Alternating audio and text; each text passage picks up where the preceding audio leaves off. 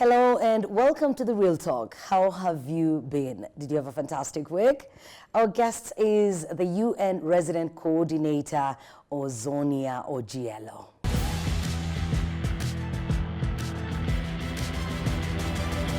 Ozonnia, it is such a pleasure to see you. Thank you. Thank you for honoring our invitation. The pleasure is mine. Thank you very much. Thank you. It would be interesting to know, how does your day, your normal day, look? My normal day begins by doing a quick scan early in the morning of what is both in the local and international media, and checking for urgent emails from New York, because we are 6 hours ahead of New York. So a couple of important messages may have arrived in the previous night. So I want to be sure that as I get out of my house, that I'm on top of any issue that could create emergencies or that need my immediate attention. Okay. And then, of course, once you get to the office, usually there's quite a number of engagements. Either we have 22 UN agencies in Rwanda. 13 of them are present. The other 9 are not physically present. They may have project offices. So there's a significant representational function when they have activities, events, meetings with government counterparts. We have a very dynamic dialogue with government and national institutions. So very often they want the presence of the head of the UN in country at some of their events. There may be strategy meetings. There may be visitors in town, high-level visitors in town, UN and others. If they are UN, then I have to accompany them to meetings and engagement with senior officials. If they are non-UN, they may want to pay a courtesy call on me. Okay. I am also the chairperson of the Development Partners Group. So very often we have our own engagements, invitations from development partners for some of the events I attend. Then I'm also the permanent co-chair together with Minister for Economy and Planning. And so we may have activities that relate to either our sector groups or the collaboration between government and development partners, or consultations on behalf of the development partner groups with the Minister for Economy or National Planning. So you triangulate all of that. Then you also do need to make out a bit of time also, because you also want to do a bit of reading.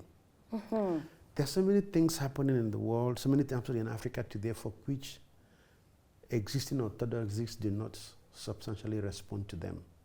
So we all have to be prepared for new learning. Yeah. So lots of analysis, research documents, lots of think tanks around the world are looking at the development problems in the world and putting new ideas on the table. You want to be on top of those new ideas, because the government of Rwanda is also a government in a hurry. The government wants not just change, it wants transformation. So government of Rwanda is looking for the most important cutting-edge ideas to radically transform the economy and the society. So if they say to me, resident coordinator, what do you think we should do on XYZ? You better have read ahead of them. Exactly. If I don't have the answers, I better have access to who has the answers. Yes. So, but it's exciting, Jackie. Is it? I am very excited. That sounds like a very busy day that leaves you no time to breathe. How can that even be exciting? Well, I think we know what I say. The first thing I said to Minister for Foreign Affairs and International Cooperation when I met him, and I said that to the President, I said that as head of the UN, myself and my colleagues in the UN system, we don't have countries of origin. You don't have countries of origin? Our country of origin is the country in which we work. Oh. So I may have come from Nigeria. My colleagues have come from different parts of the world. But first and foremost, we consider ourselves Rwandese. Yes. So if I'm Rwandese, it means that the national agenda, the national vision, the national strategy, the various national strategic agenda are mine as well. Yes. And that of the entire UN system. Yeah. So because this is our own agenda, you cannot then say you are tired or exhausted, because I take a look at the ministers and at the president. Yeah. The number of conferences that take place in Rwanda every week, the number of cutting-edge events that different state institutions are working on, and they are present. If they are not tired, I have no excuse to be tired. Neither I does hear you. anyone in the UN system. Wow, I hear you. Yes. Now let us go back to where this all began. Tell us about yourself, because I know you personally, but my viewer does not. Yes. So tell us about yourself before you became Ozonnia the diplomat. Okay. Who are you? Where are you from? I think the best way I describe myself is that I say that I am a simple boy from Enugu. Enugu is in southeast Nigeria. I say I'm a simple boy from Enugu because I have the experience of the Nigerian Civil War of the 1960s. I have experience of my, as we ran away from our capital city in Enugu to our village, my village being bombed, and my father coming to rescue our family, walking through the night in the bush. I have experience in the course of the war of sitting at a place with some of my cousins in the bush, and the Biafran Air Force dropped bombs, and my father just ran and grabbed me and rolled over, and that's what saved my life, and some of their relatives and people died. You lost some there. We lost family members, and I have experienced at some point in the war, there was no food in the house, and everybody was struggling. If not for Caritas, it may have been a different outcome. So when I talk to young people, I like to tell them about that aspect of my history, because this young boy from Enugu now represents the UN Secretary General in Rwanda. So I said to young people, you could be anything you want. You could also be the head of the UN in my home country, Nigeria, down the line in the future. You could be the greatest scientist that Africa or the world has ever known. So that's my background. Yes, in terms of, I've been fortunate, I studied a couple of disciplines. I wonder how you're able to come from that setting where you're running away from this war scenes and surviving being bombed to getting an education and getting this sort of transformation. How did you come from there? Very true. My father is retired as a policeman, was a police officer, so in terms of his pay, it was pretty nothing. But he managed to put all his children through university through dint of hard work. My mother retired as a school teacher. But there was a lot of learning in the family, a lot of expectation. If you didn't come 1, 2, or 3 in class, my father had a lecture waiting for you. And he had a favorite phrase that we all memorize. He used to cite to us, you know. And he used to say, the sights by which great men reached and kept were not attained by sudden flight. The sights? The sights by which great men reached and kept were not attained by sudden flight. But they, while their companions slept, kept on toiling all night. Jackie, I heard this in hundreds of times from my dad, that even now, more than 30 years after college education, it still rings in my head. Yes. Which meant, what were you doing and somebody else became first or second or third in your class? You know? So that's the family. When that person was toiling, where that's the were family you? Background, exactly. That's how many kids? Yeah. How many siblings do you have? I have 6 siblings. Oh, wow. Yeah. So the 7 of you would be put there. 4 boys and then 3 girls. And so my dad will repeat that. He will look at your report card. He will quote that to you, and he will look at you, tells you either he's satisfied or not happy. And if you got new butter shoes, if you got a present, it's tied to your report card. He's old school, old generation. Yes. So I could have a new butter shoe. My brother, my sister will have no butter shoe because they didn't. Because they didn't qualify. They didn't perform well. That was his generation. But what he did was he challenged all of us to make us see that hard work is everything. Nobody will cut corners for you. You got to earn it by yourself. So, work on your studies and try to be the best of what you can. And so that drive made me, I have degrees in history, in law, in business and strategic management, so I have a PhD in peace and conflict studies. And then just last month, a university in Nigeria awarded me a professorship of peace, conflict, and development studies. So, but all of that has been that dint of effort from the family. So, but I think given that experience, I want to remain humble. And so that's why I describe myself as a simple boy from Enugu. Yeah, you don't want to You may wear big hats now, but remember where you're coming from and stay grounded.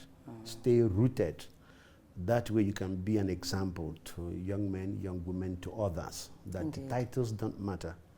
What matters is what you're able to achieve and what you're able to contribute to society. Amazing. You have quite the story. Thank you. That head of yours doesn't look like it has all those degrees, but I know it has. Thank you. Yeah.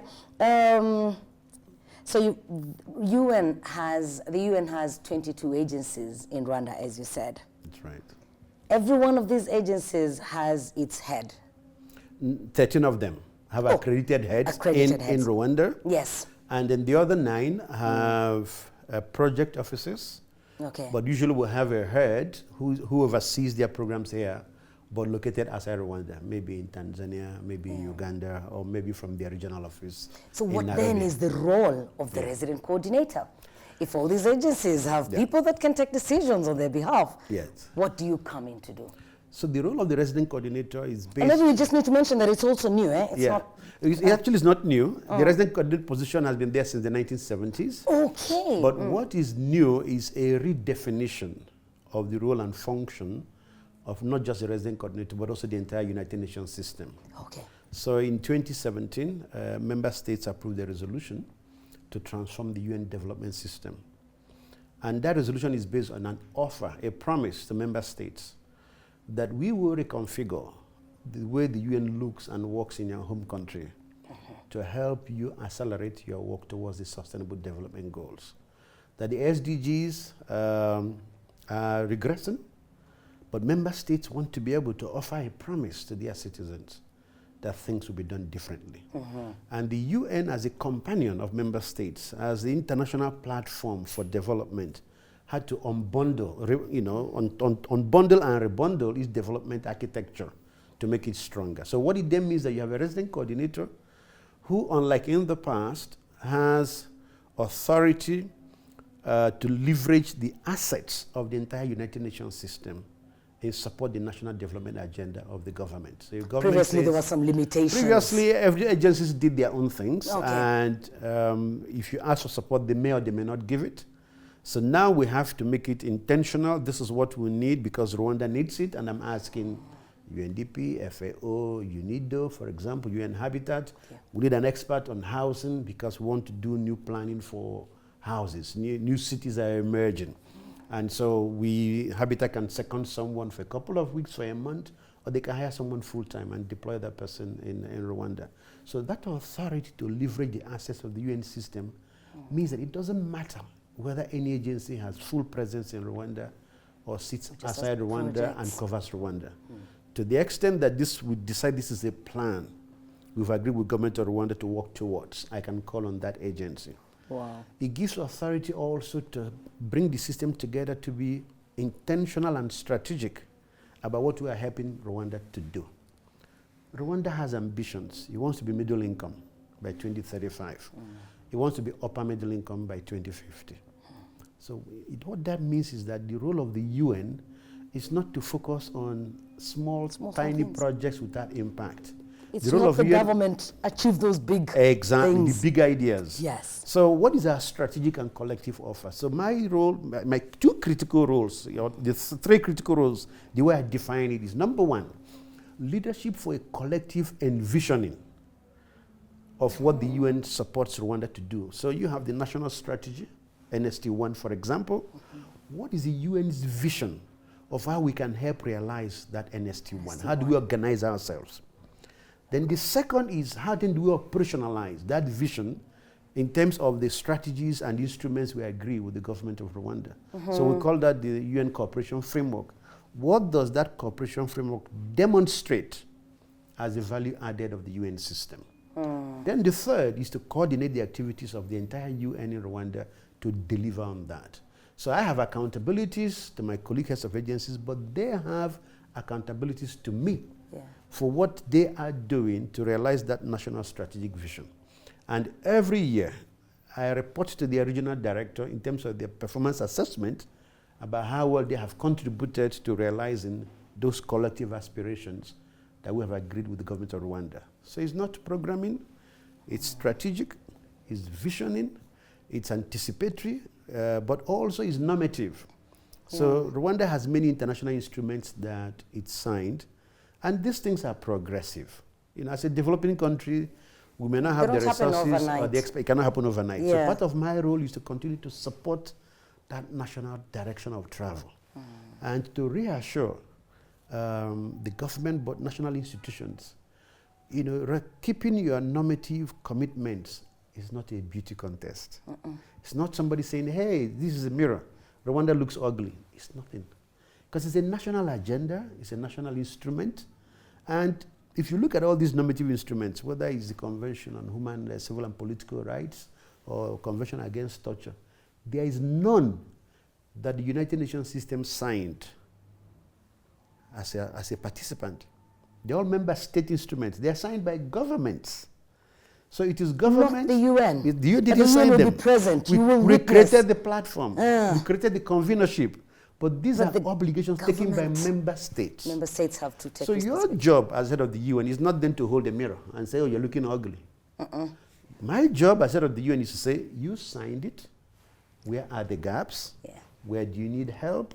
What can we do differently to help you to get to the direction you want? Wow. So it's an accompanying role. My role is an accompanying role. I am supposed to be there, bringing the entire UN system. When colleagues in government look back, they see the UN as a friend, a supporter, a champion. But it's not for me to stand beside them or to stand in front of them.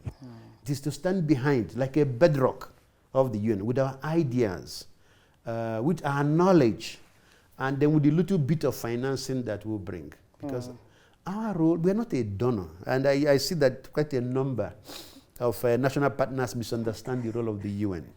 The UN, we're not a donor, because actually we get grants from donors that we deploy to the government. So our biggest value for us, we the laymen, we're like, it's the UN that is giving us this money. No. We don't even care to know where the money comes from. You're the donor. We are not a donor, we are a development partner. Our biggest value add is not the money. Okay. Our biggest value add is the expertise, the knowledge that we make available to national partners so they do the things they want to do. And the knowledge that will pass on to the citizens of that particular country you're serving. Exactly. We create this space for convening different conversations that includes government, other donors, civil society, and all the others. But you know, if I look at our 900 plus staff in Rwanda and you add up the quality of the expertise, Jack, is unbelievable. But you don't see it because we are like fellow cooks in the kitchen with the government. So we work with the national institutions. A lot of the issues are at a planning stage. You are planning, you are analyzing. After planning, you do the research, you get the evidence, then you develop a strategy. A strategy will not say that it was done with UN support. The strategy will not say that UN deployed experts, but the strategy is what Rwanda then presents to donors and to others to say, this is where we want to go as Rwanda, help us. So we're in the kitchen. The UN is not mentioned. No, and it should not be mentioned. Okay. Because this is about national development, isn't it? Yeah. We don't need to be mentioned. It's an agenda for transformation for Rwanda. And if you're a companion, why do you want to be acknowledged? The logic of companionship is confidence. Confidence in the relationship, confidence in the journey you are traveling together. So because we have an excellent relationship with Rwanda, the government, the institutions, civil society, it's okay that we are silent, that we're not mentioned. Okay. Because you don't mind it. They know. Yeah. They know what we bring to the table. Those who need to know. Those who need to know. That's what counts. They know. Yeah. So as a companion, you know, it's like the Senegalese poet and former president, Seda Senghor. He said that a tiger does not need to proclaim its tigritude. So we are the UN. We have our own faults. But in this journey to national transformation, UN is a bedrock institution and foundation that the government can call upon for ideas. You know, I can sit in my office, I can send an email, and I can give you experiences from 35 countries, from Africa, from Oceania, the Pacific, whatever, others who've done the same, and what they've learned from it, and what the mistakes are, and we make it available to government. Do you know what that is? It means don't make the mistakes others have made. Yeah, so let's do a quantum leap over those mistakes. So that ability to leverage expertise, information, access within the system has no parallel. There's no other organization globally that is able to do that. And then we match that with the expertise we have locally, and then to walk this journey with the national partners. There are some cases where we are very present, say like in the refugee camps, working with civil society groups. In some communities where UN is engaged directly implementing some specific projects. But those are exceptions because in those particular cases, they may be so far excluded or challenged that you need that presence in the short term to get them ready to be able to be like the rest of the citizens, for them to then engage in the national development process. Wow, quite some learning for us here. Thank you. Glad you're with us on The Real Talk. We're coming to you from Mythos Boutique Hotel in Kiyovu. When you find time, you should try out their lunch buffet at the Atmosphere Restaurant. If you have any questions or comments, you want Ozonnia to respond to something, please send it there. We are online. Use the hashtag The Real Talk, and we will respond to that question or the comment. You may have observed the UN for long, and maybe you've got beef with it. You're feeling like, I needed them here, and they did not appear. But as you've heard from the resident coordinator, there are times they will be there, but you will not see them. Yeah. They will be invisible, but they have put in the work. You do stay with us. We'll be back in a bit.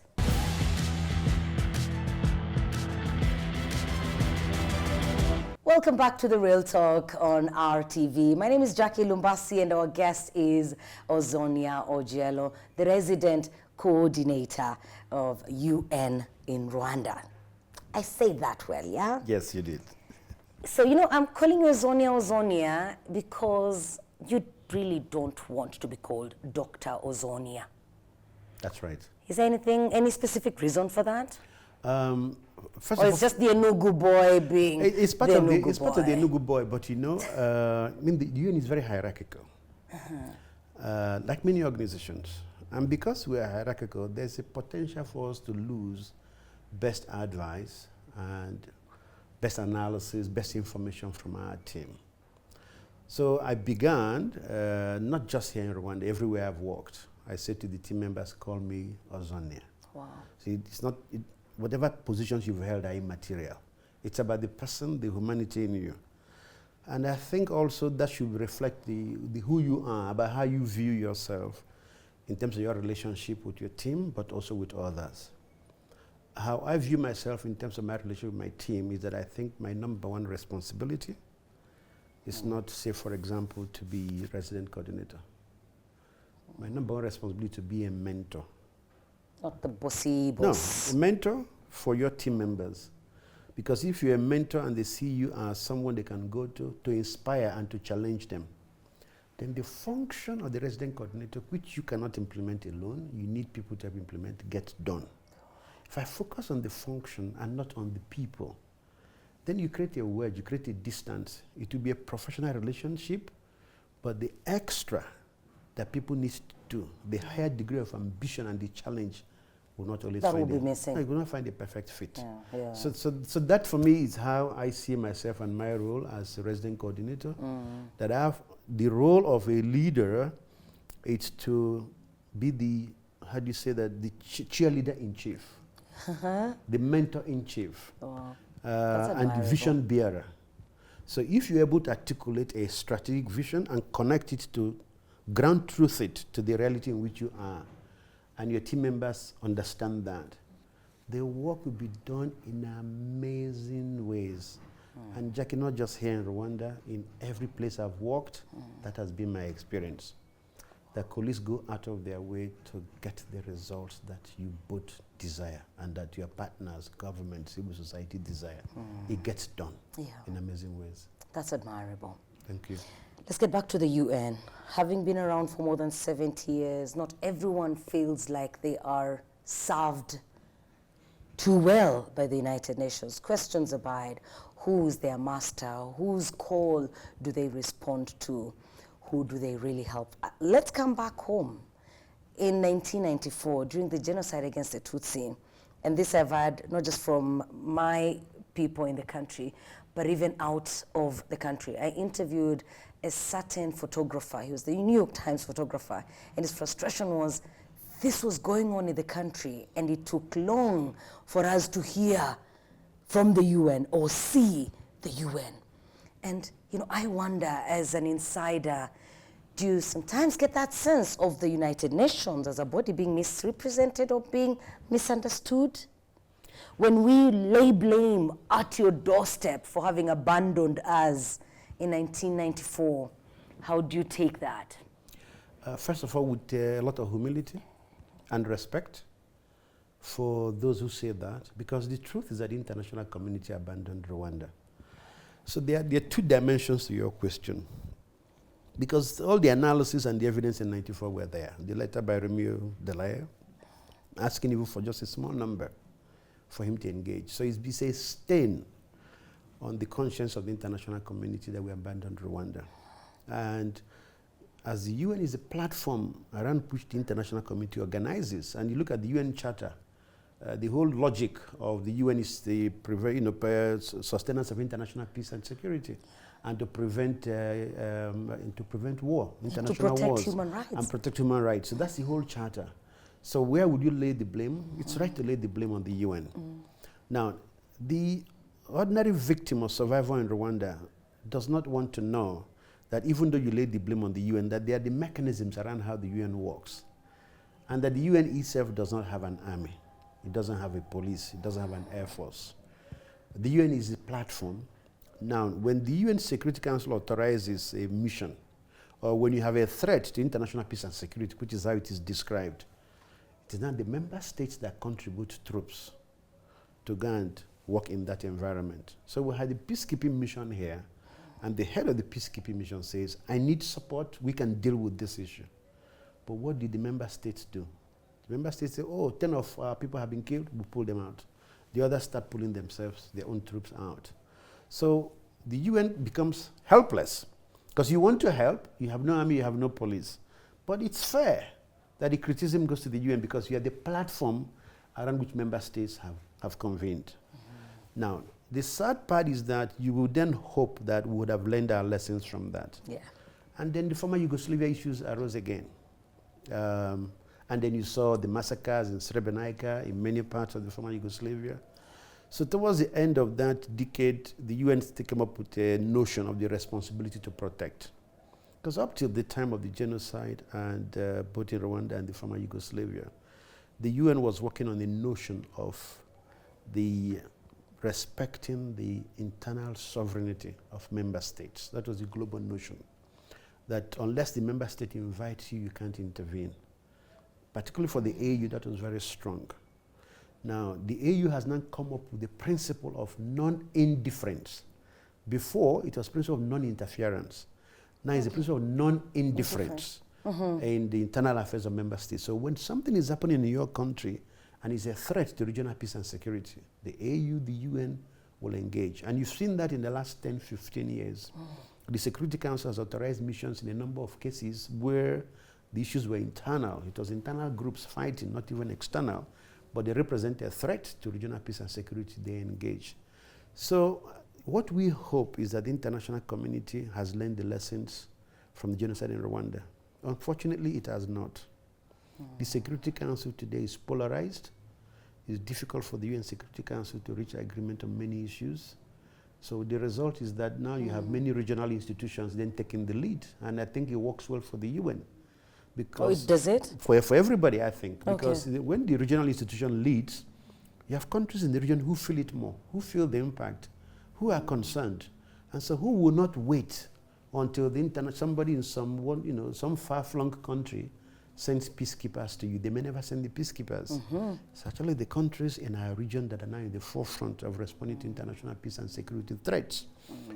What you then hope like what we've seen, the EAC army, for example, the DRC. Yeah. So I had that in mind when I was saying this, right? Yes. Yeah. So what you then hope is that when they make those decisions, the UN Security Council, which is the legislative body for international peace and security, can back it up. Because when they back it up and pass a resolution supporting it, then it can be financed by the UN system. When they don't back it up, it's those member states that are paying. It's even become a little more complicated, because even sometimes some of the regional countries may have some fingers in what's happening in the country, or they may not be trusted by the host government, or they are not able to come to a resolution on the issues. So what you see now is actually that countries are engaging in bilateral agreements to help secure the peace and security of other countries. That's why that Central African Republic has an agreement with Rwanda, even though there's a peacekeeping mission in CAR MINUSCA, but Rwanda has a bilateral agreement, so it helps them secure peace and security, and then it cooperates with the peacekeeping mission. Same way in Mozambique? Same way as in Mozambique. Yes. So what it does say to us is that the peace and security architecture globally has changed. It's very dynamic. There are multiple actors. Nothing is predictive. And then when you come to the other part of your question about the UN broadly, 70 years of the United Nations system, the UN is like that elephant that you've asked 7 men to go and describe. Because it has different pillars. You have the peace and security pillar, which deals with maintenance of international peace and security, issues around elections and governance. That deploys peacekeeping missions or political affairs offices. So you have a political affairs office that tracks and monitors. And then it has a development pillar. The development pillar is a part that most countries see, because the UN country team, the resident coordinator is the head of the development pillar, the ones that are very visible. But then we have the humanitarian pillar.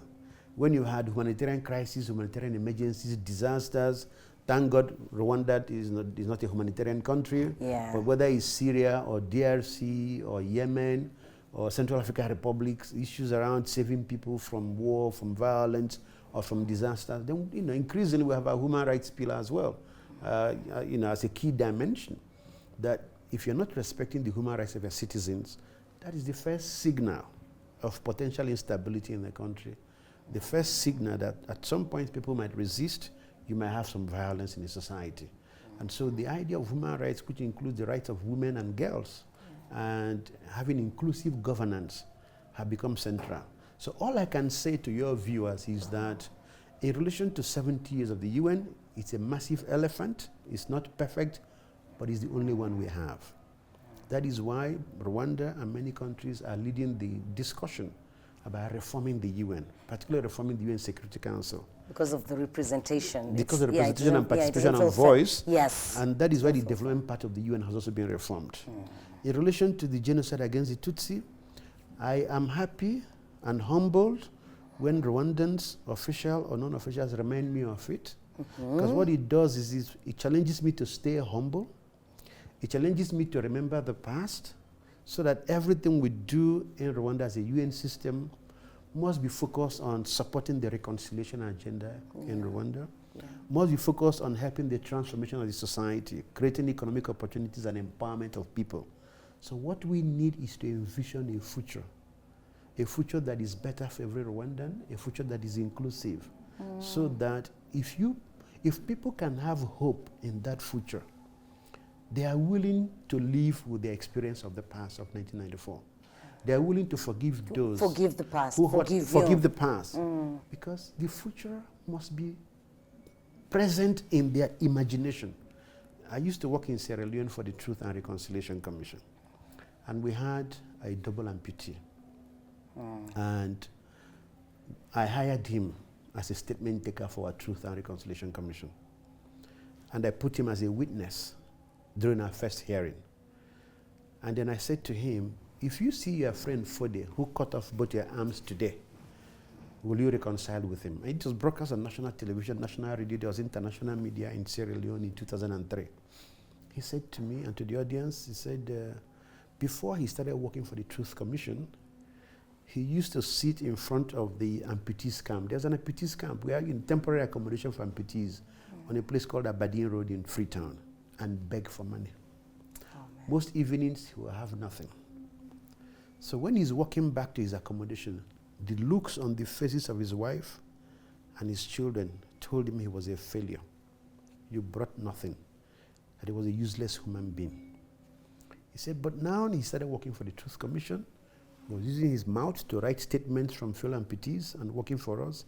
He said, I know this job is only for 6 months. But for the first time after the war, when I get off the bus from work, I buy a loaf of bread, I buy some peanuts, I buy bananas. My wife and my children, they see me, the kids are running, they come and hug me. And receive him. Yeah, so I feel validated as a father. I feel validated now as a responsible member of society. Now I'm beginning to feel that despite my double amputation, there could be life in the future. Would he forgive Fode? So now he's in that space, he's in that journey where he could potentially forgive Fode, because despite the amputation, he could see there's a possibility in life. So, so I said to myself, my colleagues, our fundamental role as UN in our support to government is to support the government and the state institutions to give the people a sense of hope. Hope for the future. The problems are too complex. There are too many. They will not be solved in one day, in 1 month, in 1 year. If people have hope that the future will be better, they will be patient. They will work with the state. They will work towards work with everyone to create future. that future. Yeah. That's our challenge. Every one of us. Yes. Can we give people a sense of hope for the future? The SDGs are supposed to give us a sense of hope. True. How are we faring? Because in the very recent UN report, the UN report on SDGs, there seems to be a certain decline, regression. We're not moving at the pace that the world was meant to move. And so, it was to give us a sense of hope, but now we're here wondering, is it just on paper? Jackie, it's a relevant question. Up to 2020, many member states, many countries in Africa were doing relatively well. You could see, so every year, the Economic Commission for Africa in Addis publishes a report on SDG progress. And at the end of every year, UN Department of Economic and Social Affairs publishes a global report on SDG progress. Up to 2020, many member states were making good progress on many of the targets, many of the indicators. What percentage were we at? On some of them were like in the 50s fairly. In the 50s, fairly good progress. On some there was regression, but on many of them, it was yellow mark, which means some progress, and some were green, And then COVID hit. People have no idea the impact that COVID-19 has had on development, especially in Africa. Some of the reports I'm seeing is that it has taken national development in some countries back 30 years. And 30 years is one generation. That's why you are seeing that regression in the SDGs. That's the challenge. And was the invasion of Ukraine, because Russia and Ukraine have been like the food baskets of the world. And so now, cost of living, cost of food, cost of energy, countries have had to borrow a lot of money. And when you borrow money, you don't have the fiscal flexibility to then invest in productive areas. So you can't eat your cake and have it. You borrowed money to solve the problems of COVID, but now you don't have money because you have debt to pay. You also have to address the needs of citizens because of cost of living and debt issues. You don't have the money to invest to be able to grow your economy. So we seem stuck, unfortunately. Yeah. Coming back home, how is the UN positioning, or rather helping or supporting Rwanda in positioning itself to achieve the SDGs? The fundamental difference that I see in Rwanda than in many countries that I have is in leadership. Every country in Africa has a national development plan. Every country in Africa has a climate action plan. They have a plan on reducing poverty, different names, different titles. I've worked in many parts of the world. Every country around the world. Before I came here, I was in Kyrgyzstan, which is Central Asia. I was resident coordinator in Kyrgyzstan. All the countries in Central Asia, they all have those plans. The difference, Jackie, is that people don't eat plans. No, they don't. The difference is in the leadership to translate the plans to action. That's the difference for Rwanda. And so what we've done as UN is supporting the development of those plans. The establishment of a Kigali International Financial Center, the Green Fund, supporting the strategies, the climate action plan, the plans on biodiversity, the environmental issues, on food security, new crops, climate-resistant crops, new ideas, on transformation of the judiciary, transformation of the rule of law, on new legislation, on penal reform. That's why I say to you, we're supposed to be invisible. Because what you do is you deploy expertise, you provide some initial financing, you provide comparative experience under national leadership and national ownership to take this agenda forward. And we don't do it alone. Many of the development partners in Rwanda are active in these areas as well. But what is key is that choose any ministry in Rwanda. The permanent secretary, the minister, they are in the forefront. They are leading the discussions, they are leading the ideas generation. They show up for meetings. They show up for meetings. Yes. And when it's time to implement, they are holding their teams to account. Yes. They're holding implement agencies. Where is the result? So now where we are now in Rwanda, which I find fascinating, is that the degree of ambition is different. Even for us as a UN system, our degree of ambition as a UN is different. Because the degree of ambition for the UN will be determined by the degree of ambition for the nation. Absolutely. Yes. So the country wants to be upper middle income country. What can you do? So what I say to my colleagues now is, we as a UN, we are only limited by the degree of our own ambition. So Rwanda is dreaming big. Wow. We must dream big You with must Rwanda. dream big. Yeah, absolutely. Otherwise they will leave you behind. Oh, but that's Rwanda. They will leave you behind. Exactly, if you don't dream big, you'll be left behind, very clearly. Yes. We're having a conversation with the resident coordinator of United Nations in Rwanda, and that is Ozonnia Ojielo. Let's have a look at his 6 Qs.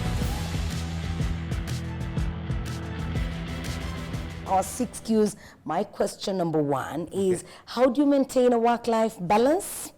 Because when we started the program, you've got such a busy life. Hi. Yeah. If you're a resident coordinator, there's no work-life balance. I look at the president, I don't think he has work-life balance, and mine is only a fraction of what the president does. So if you're a resident coordinator, you have no work-life balance. You have social events, you have social moments where you go to social events. That's part of your balance. You have your sleeping time. When you are just done with the work, you go to sleep, you wake up, you go to work. You know, Rwanda is in a hurry. That's part of the balance. Rwanda is in a hurry. So for me, there's no work-life balance. Oh, goodness. Yeah. It's just work.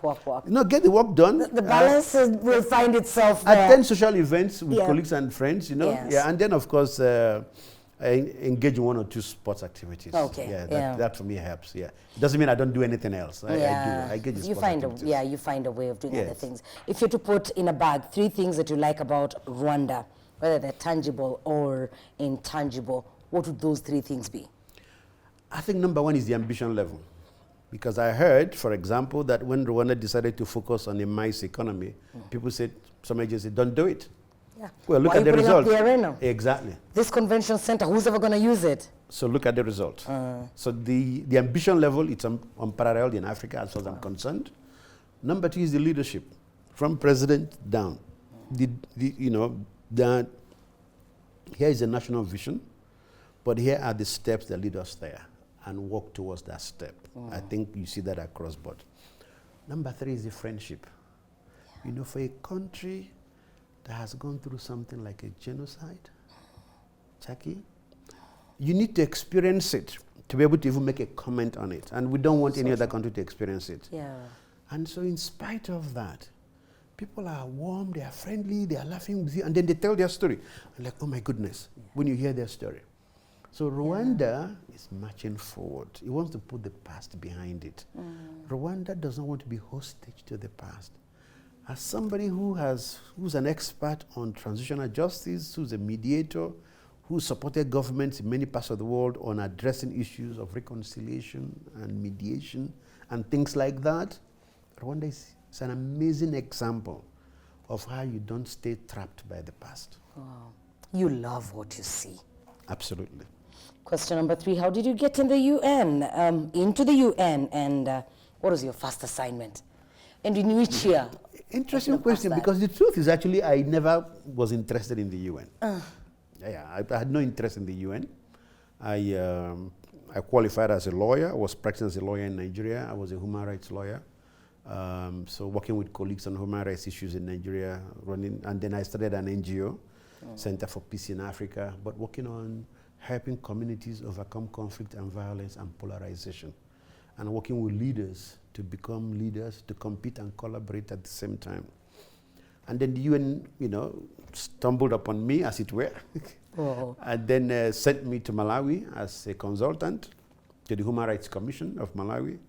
So I helped them work on ADR, because in Malawi there were not that many lawyers in public practice, so criminal cases were stalling many issues, and so I was advising Malawi and then Namibia. So I had those consultants for like a 2-year period. I would stay in Malawi for several months and I come back. I'm like, oh, this is actually interesting work,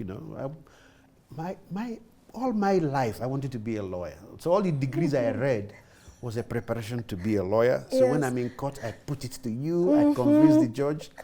And then suddenly the UN is saying to me, you've done some great work in Malawi and Namibia. we are setting up a Would truth love commission to in keep Sierra you. Leone. Would you like to go to Sierra Leone to set up the commission? I'm like, sure. It's a 3-month consultancy. Yeah. I went to Sierra Leone, worked with colleagues, developed the instruments and work of the commission. They appointed the commissioners, we trained them, and I remember this Friday when I said to them, thank you very much. My work here is It's done. done. I'm going home. I have my law practice in Nigeria. The chairman looked at me and said, yeah, you must be joking. You set up the commission, you train us, and who will run it? You have to stay. I said, no. I'm making a lot of money in my law practice in Lagos. I'm going back. He said, you are joking. Who do we need to speak to? So I ended up working for the Truth and Reconciliation Commission of Sierra Leone for 2.5 years. That was your first assignment. No, I had the assignment in Malawi, okay, in yes. 1999. Again. 99 to 2001. Yeah. And then I had the Sierra Leone assignment, and then I was asked to go to Liberia to look at the context. Liberia was setting up a truth commission in 2004. At that time, there were some commissioners appointed by the chairman of the transitional government. I went to Liberia for 2 weeks, and I said to myself, one truth commission is enough in your lifetime. Yeah. The stories you hear, things you see, you feel like you're going crazy. You are sleeping at night, and you are seeing big dreams and big-headed things, you know? And then I got a fellowship at the university in South Africa to go and write a book and to do research. So I was setting up the house I bought in South Africa. I got a job with the UN to go and work in Ghana as a governance and peace advisor, because there had been some violence in the northern part of Ghana, and I was supposed to advise the government. So you see, like one stumble after another. It was not organized. There was no linear path. It was one experience after another before I know it. There was no fasting and praying. But you know, after Sierra Leone, I said to myself, this is the kind of work I would like to do for the rest of my life. It's not about making money. It's almost like you find your purpose, you have value in life. You see women, destitute men, and you have an opportunity. You will not solve their problem, but you have an opportunity to help shape a new national discourse, a new national agenda for the future that gives them hope. Jackie, it was more than the millions of naira I was making in Lagos, nice bank account, buying houses, nice cars. I'm like, Ozonnia, if you do this for the rest of your life, you'll be a very fulfilled man. Yeah. So I sit back, I see my contemporaries and peers. They have been very successful lawyers, you know, the equivalent of Queen Silk, we call them senior advocate in Nigeria. But I am very fulfilled. I don't have the money they have, and it's no longer about money. It's about purpose. Yeah. Finding your purpose in life. I think the UN, and touching the way I stumbled into it, it was God sent. It helped me find my purpose in life, about adding value to people's lives. Yeah. That's amazing. And then, so how do you manage stress, if you ever get stressed at all? Good question. Everybody carries some degree of stress. I think we're all stressed in different ways. And I guess every manager my age has high blood pressure. I think it's part of the DNA. It's like a badge you wear, so long as you're managing it and listening to your doctor's advice. Yeah? The high blood pressure is the DNA for the work you do, you know. So I think for me, it's just spending time at the Kigali Golf Club. Okay, that helps a lot. Yes, I play golf, met lots of friends just to go there and play golf. A glass of wine? Usually, why not? Some wine, single malt whiskey, some cognac, you know, but in moderation, you know, as the doctor would say. And then I watch a lot of football. Oh, wow. Yeah, Saturdays and Sundays I go play golf.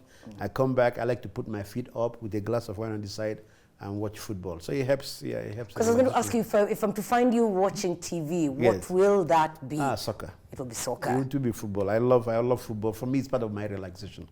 And there is my fifth question. So let me ask the last question. Yes. What would you tell the younger Ozonnia at the age of 20? Let's go back. Okay. Picture 20-year-old Ozonnia. What would you tell him? Okay, 20-year-old Ozonnia was in his final year in university at the University of Nigeria at that time. With lots of dreams and ambitions of being a politician in Nigeria at that time, and actually hoping to be governor of Enugu State, you know, at that time. But what I would say to a 20-year-old Ozonnia, or to any young person in Rwanda, around Africa today, what you study in the university is not your career. The university education gives you the tools to be a relevant member of society. Competitive, analytical, engage in critical thinking to determine what's good, what's bad. What you study in the university does not define what you become. So follow your passion. Because when you follow your passion, you will find what you will be. All my life, I wanted to be a lawyer because they say when I was a child that I talked too much.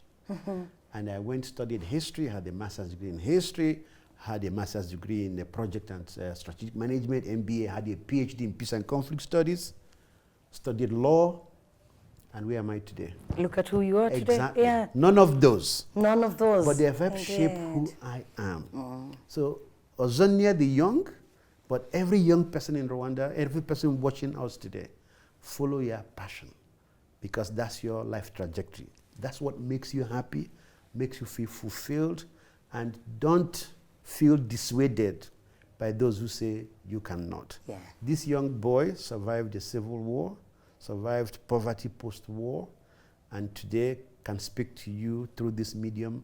You can speak to the world yourself through other media in the future when you follow your passion.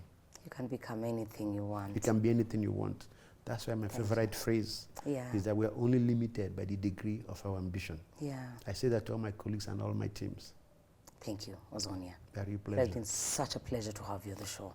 Thank you. And we do look forward to having you back soon. I will come. Thank you. Thank you very much. Yes. It's been a pleasure having you tune in to The Real Talk on RTV. I wish we could go on longer than this because clearly there is so much that we haven't tapped into, but we'll certainly bring him back. Our guest was the UN Resident Coordinator, Ozonnia Ojielo. My name is Jackie Lumbasi. We will see you next week. God bless you.